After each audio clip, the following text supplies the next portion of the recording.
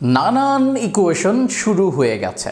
হিসাব নিকাশ, বইপত্র, খাতা কলম, পেন্সিল, রাবার সব কিছু নিয়ে যেন বসেছে পাকিস্তান।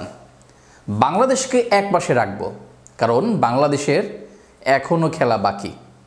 পাকিস্তান সবার আগে 2টা ম্যাচ খেলে ফেলেছে, ভারতও 2টা ম্যাচ খেলে ফেলেছে। পাকিস্তান 2 ম্যাচে 2 ম্যাচ হেরেছে, ভারত জিতেছে।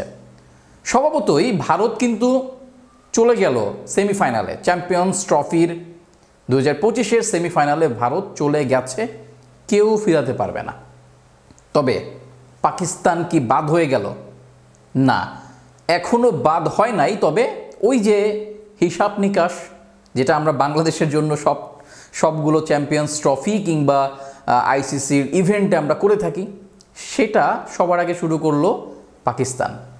ভারতের সাথে পাকিস্তান হারবে সেটা শুরুতেই অনুমেয় ছিল। প্রায় 90% মানুষ ওয়ার্ল্ড ক্রিকেটে, যারা ক্রিকেট ফলো করে, ক্রিকেট ন্যাশন, তারা সবাই বলছিল যে এই ম্যাচে পাকিস্তানের হারার সম্ভাবনা 90%, 10% মাত্র সম্ভাবনা জেতার।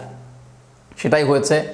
পাকিস্তান 241 রানে গুটিয়ে গেছে, অল উইকেট হারায় একদম যাচ্ছে তাই অবস্থা।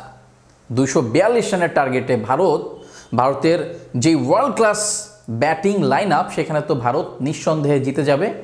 যেখানে কিং কোহলি ফর্মে ফিরেছেন, সেঞ্চুরি করেছেন, সেখানে তো আর কোনো কথাই থাকে না, পাকিস্তান হেরে যাবে, হেরে গেছে। পাকিস্তানের হিসাব নিকাশ শুরু হয়ে গেছে। সামগ্রিকভাবে পাকিস্তান এবং ভারতের ম্যাচ যখন হয়, তখন আমরা আসলে এই ম্যাচটাকে বেশি ওভার রেটেড করে ফেলি। মানে কেন করি? কারণ পাকিস্তান এবং ভারতের রাজনৈতিক যেই বৈরিতা আছে, সেগুলো খেলার মাঠে গড়ায় এবং খেলার মাঠেও তারা ফাইট করে। গত বছর 2017 যখন চ্যাম্পিয়ন্স ট্রফি হয়, গতবারের চ্যাম্পিয়ন্স ট্রফি, সেখানে কিন্তু বিশাল ব্যবধানে ভারতকে হারাইয়া চ্যাম্পিয়ন্স ট্রফি ঘরে তোলে এই পাকিস্তান। সেই পাকিস্তান এইবার স্বভাবতই পিছিয়ে আছে এবং তারা শেষ পর্যন্ত হেরে যায়। এখন কথা এই যে এত ইকুয়েশন, এত কিছু, ভারত চিরশত্রু পাকিস্তানের, সব কিছু মিলাইয়া সেই ভারতকেই সাপোর্ট করতে হবে শেষ ম্যাচে। কারণ নিউজিল্যান্ড যদি জিতে যায়, তাহলে কিন্তু পাকিস্তানের একটু ঝামেলা আছে। এবং এবং এবং আরও একটা জিনিস করতে হবে, নিউজিল্যান্ডের সাথে বাংলাদেশের যে ম্যাচটা আছে, সেই ম্যাচেও বাংলাদেশকে সাপোর্ট করতে হবে। যদিও পাকিস্তানের বর্তমান জেনারেশন এবং সব কিছু মিলিয়ে পাকিস্তানের বাংলাদেশ প্রীতি আছে, এবং তারপরে এই মাত্রাটা আরও বাড়াবে। কারণ হচ্ছে তাদের হিসাব নিকাশ আছে, ওই যে ক্যালকুলেটর নিয়ে বসতে হবে। বাংলাদেশ যদি নিউজিল্যান্ডকে হারাই দিতে পারে, নিউজিল্যান্ডকে যদি ভারত হারাই দিতে পারে, ভারতের হবে 6 পয়েন্ট, বাংলাদেশের হবে 2 পয়েন্ট, এবং বাংলাদেশকে যদি পাকিস্তান শেষ ম্যাচে হারাই দিতে পারে, পাকিস্তানের হবে 2 পয়েন্ট, এবং নিউজিল্যান্ডের আগের যে 2 পয়েন্ট আছে, সেই 2 পয়েন্ট। রান রেটে হয়তো বা পাকিস্তান আগে থাকবে, শেষ ম্যাচে কিছু একটা খুব বড় ব্যবধানে বাংলাদেশকে হারায়া দিবে।